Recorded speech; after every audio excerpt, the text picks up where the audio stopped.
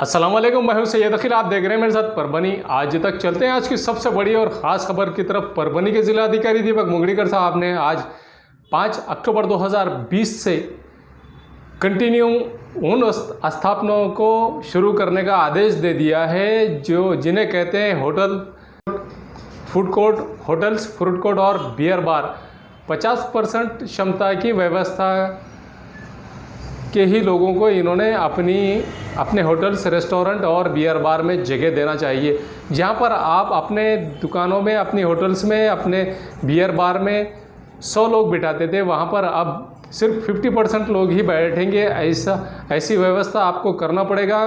Corona virus के चलते परभनी के जिला अधिकारी दीपक मुगड़ीकर साहब ने होटल्स, रेस्टोरेंट्स और बियर बार को पूरी तरह से बंद रखने का आदेश दिया था। वही आज 5 अक्टूबर 2020 से सुबह 9 बजे से शाम के 7 बजे तक सभी रेस्टोरेंट, होटल और बियर बार को खुला रखने का आदेश परभनी के जिला अधिकारी दीपक मुगड़ीकर साहब ने एक प्रेस नोट के माध्यम से दिया है।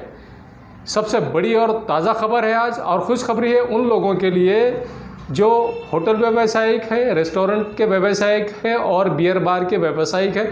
इस बात का ख़ास तौर से ख्याल रखें कि आपके पास जो भी कस्टमर आ रहे हैं उन्हें सोशल डिस्टेंस का मेंटेन कराना ज़रूरी है और उनके हाथों को सैनिटाइज भी कराना ज़रूरी है।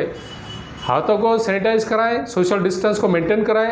आप अपने स्थापना सुबह 9 बजे से शाम के 7 बजे तक खुले रख सकते हैं। ऐसा आदेश परभनी के जिला अधिकारी दीपक मुगड़ीकर साहब ने दिया है।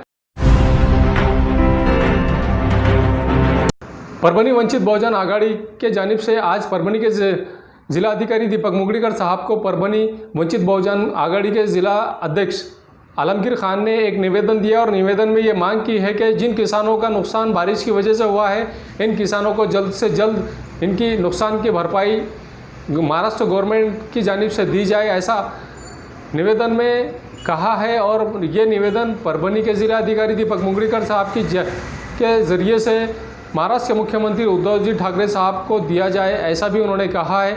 और आइए क्या कहा है परभनी के वंचित बहुजन आघाड़ी के जिला अध्यक्ष आलमगीर खान साहब। इनसे हमने ख़ास बात की और मुलाकात की। इनसे क्या कहा है वंचित बहुजन आघाड़ी के जिला अध्यक्ष आलमगीर खान, इन्होंने, आइए सुनते हैं इनकी ये ख़ास बात।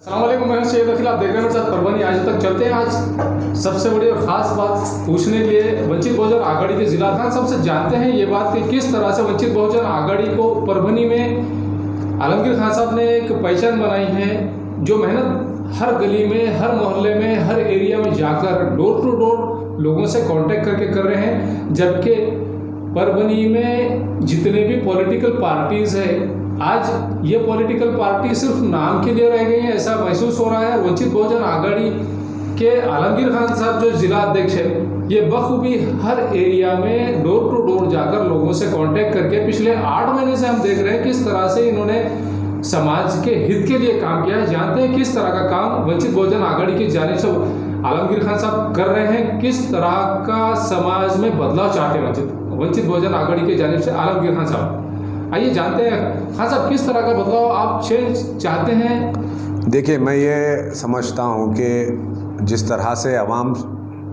के जहन में एक चीज़ है, ईद का चांद कहा जाता, और ईद का चांद साल में एक बार आता है। ये जो ईद के चांद है वो 5 साल में एक बार नज़र आते हैं। लेकिन ये आपको मैं एहसास दिलाना चाह रहा हूँ कि हम आपका वोट 5 साल में मांगने के लिए नहीं आए, आपकी आवाज़ बनने के लिए वंचित बहुजन आघाड़ी आज खड़ी है। और बाबा साहब प्रकाश अम्बेडकर, बाबा साहब अम्बेडकर के पोतरे जो विचारधारा आज हमको संविधान को बचाने की बेइंतहा ज़रूरत है, मैं ये उम्मीद रखता हूँ कि आप लोग समझने की कोशिश कीजिए कि आज अगर वंचित बहुजन आघाड़ी काम कर रही है, आपके बीच आ रही है, आपके दर्द को महसूस कर रही है और आपके लिए अपनी आवाज़ बुलंद कर रही है, उठा रही है, तो इसका मकसद सिर्फ ये है कि सत्ता को हासिल करना नहीं, आपके हक़ को, आपके अधिकार को और आपके लिए आपके हक़ की लड़ाई लड़ने के लिए वंचित बहुजन आघाड़ी खड़ी है। ना ही सिर्फ चुनाव आया चुनाव में आ गए, प्रचार में पहुंच गए, भाषण कर दिए, वादे कर दिए और फिर चुनाव के बाद जीत गए। जीतने के बाद फिर सारे वादे, सारे आपसे किए हुए जो भी वादे वो एक जुमलों में रह गए या एक डब्बे में डालकर छोड़ दिया।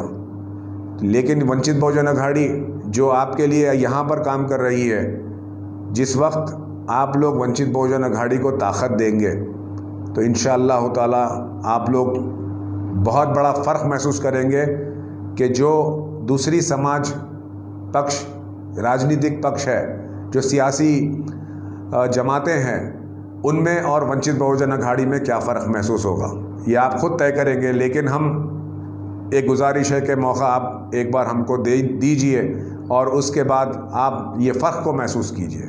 किसानों के हक में जो निवेदन दिया परभनी के जिलाधिकारी दीपक मुगलीकर साहब को, ये किस तरह का निवेदन है और क्या मांगनी की है आपने गवर्नमेंट ऑफ महाराष्ट्र से कि किसानों को किस तरह की फसल का नुकसान भरपाई दी जाए, क्या कहना चाहेंगे आप? जी देखिए, किसान मेहनत करता है और 2 साल पहले 6 साल तक यहाँ पर बारिश नहीं थी और बारिश ना होने के कारण भी परेशानी थी।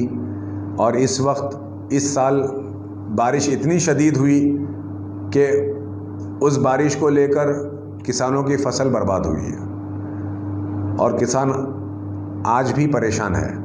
और इस परेशानी के साथ साथ केंद्र सरकार एक बिल लेकर आती है, जो बिल आप देखते हो कि किसानों के बिल्कुल ही खिलाफ बिल बनाया गया है। ये बिल की बात मैं इसीलिए कर रहा हूँ, एक तो चीज़ हमारा आज निवेदन किसानों को सहायता देने के लिए ज़िला अधिकारी के माध्यम से हमने मुख्यमंत्री को दिया, एग्रीकल्चर मिनिस्टर को ज़िला अधिकारी के माध्यम से पहुँचाया और एक किसानों के आवाज़ हम प्रशासन तक पहुँचाने की कोशिश की। और लेकिन मैं ये बात बताना चाहता हूँ कि जो बिल केंद्र सरकार, एनडीए सरकार जो बैठी है और हाल ही में पास किया गया, आपने सारा तमाशा देखा, लोकसभा टीवी पर भी दिखाया गया, राज्यसभा में किस तरह से बिल को पास कर दिया गया। मैं ये आप लोग को बताना चाहता हूँ आपके माध्यम से कि किसानों के इस बिल का क्या आपको नुकसान होगा।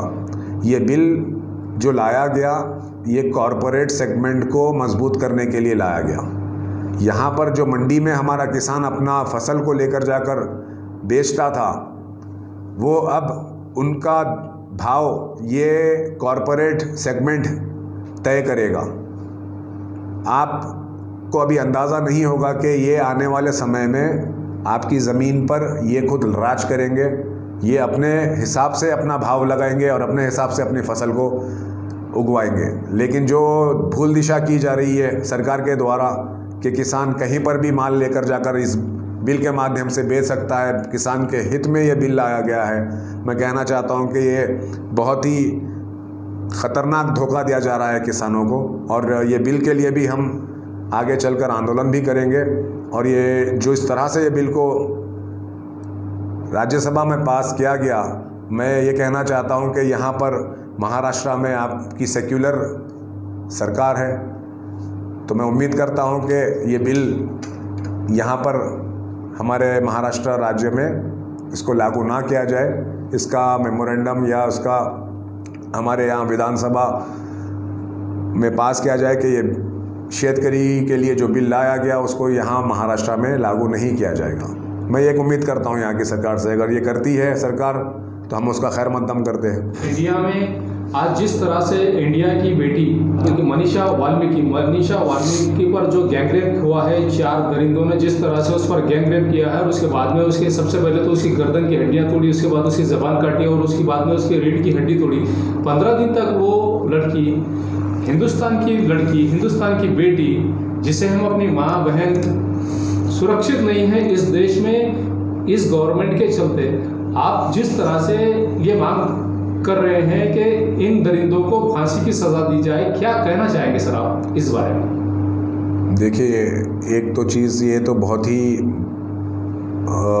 दरिंदाना हरकत की गई, एक हैवान से भी बदतर मैं कहता हूँ कि जो हरकत की गई और वो हैवानों को सुरक्षा देने का काम यूपी की सरकार जो कर रही है, यूपी का मुख्यमंत्री वहाँ पर उनके गांव में उस लड़की की जो शव को लेकर आया गया और ना ही ख़ानदान वालों को उसके अंतिम संस्कार में आखिरी बार उसको रसूमात करने का भी मौका नहीं दिया गया।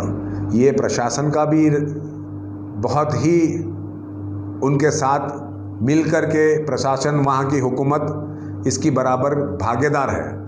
हम ये बहुत ही गंभीर तरीके से कहना चाहते हैं कि आज मुल्क का हालात, ये एक विषय आपके नेशनल टीवी पर आप लोग देख रहे हैं, लेकिन इस तरह के वाक़यात हर राज्य में हर दिन हर वक्त हो रहे हैं। तो हमारे भारत की बेटी अगर हमारी सुरक्षित नहीं है तो किस तरह से अगर से कहा जाता है कि बेटी पढ़ाओ बेटी बचाओ, और क्या बेटी बचाने का काम कर रही है सरकार।